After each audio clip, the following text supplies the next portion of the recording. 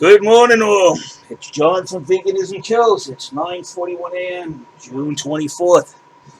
Today, we're going to take a look at what vegans are trying to get people to eat. And we're going to go through this one today, Beyond Beef. As you can see, they're pandering to BLM, right? And they're telling you that this is perfectly healthy for everybody and good for the world. Well, science begs to differ. Now, I did a little research and I took some notes.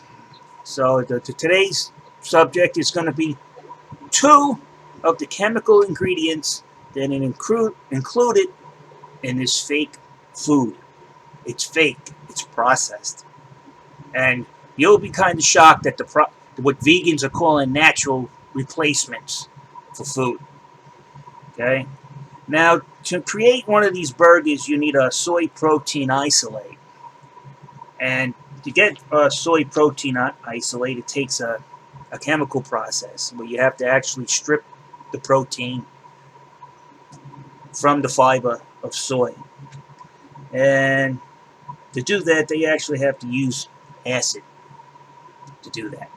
So if you like acid, go ahead and indulge yourself.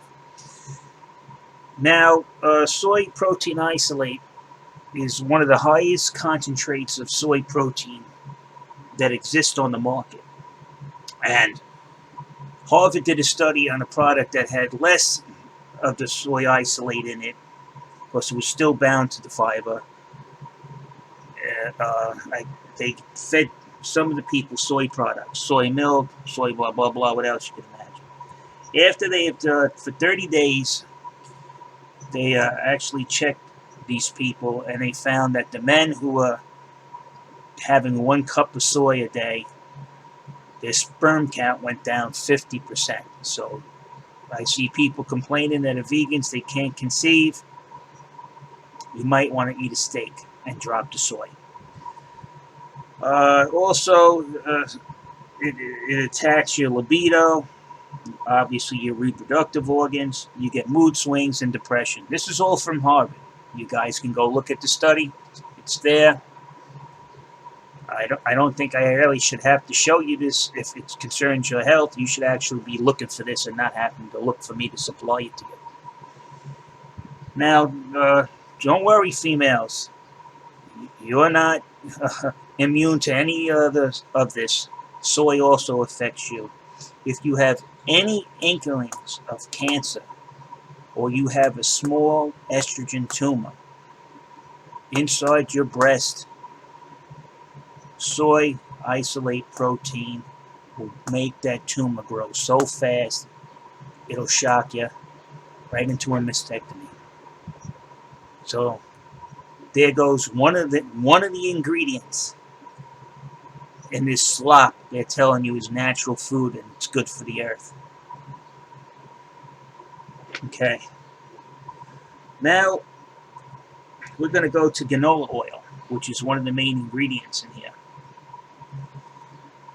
All of these meat products have canola oil. And canola oil is not just a canola put on the press and squeezed from some old lady in friggin' France into a bottle, and with a pretty little bottle on it. It's no.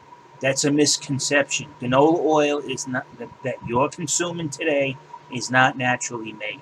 Again, it's another chemical process that most people are unaware of. And yes, there are toxic ingredients inside that canola oil because it's needed to process the canola oil from beginning to end.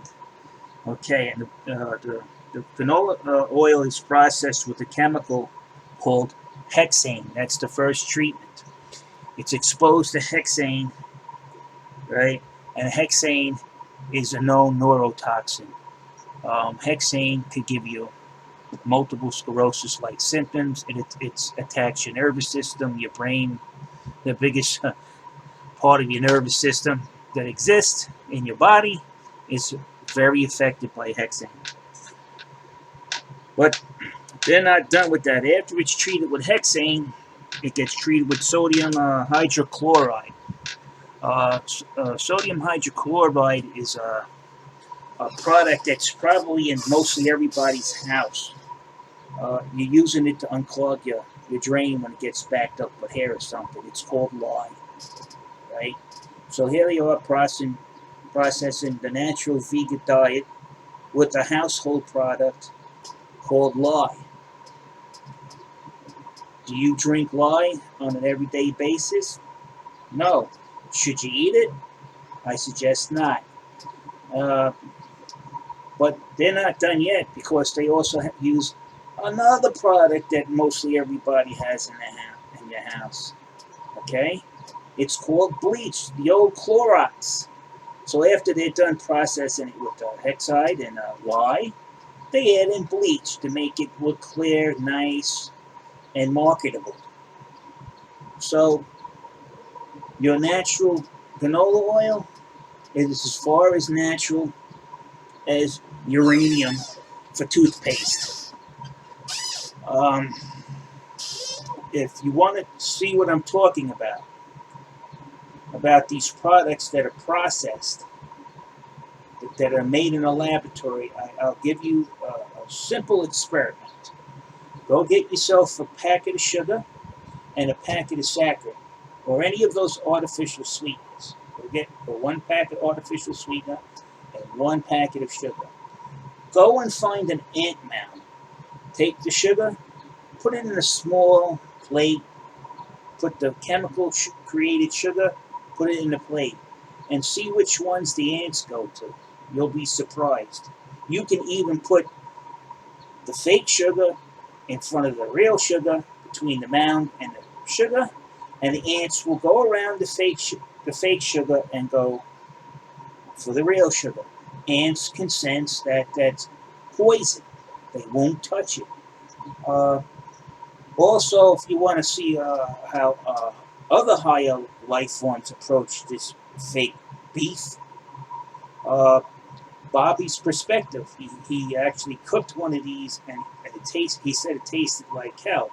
But he went a little bit further. He has a carnivore in the house, an obligate carnivore, a cat.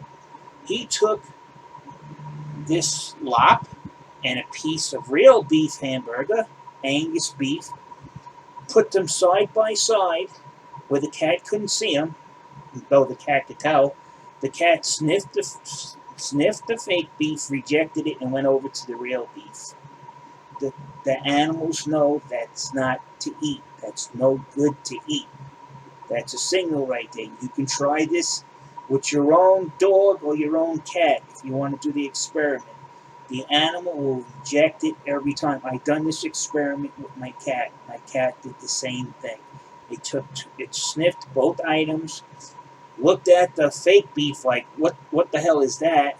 Swatted it, and then went over and sniffed the real beef, didn't swat it, ate it.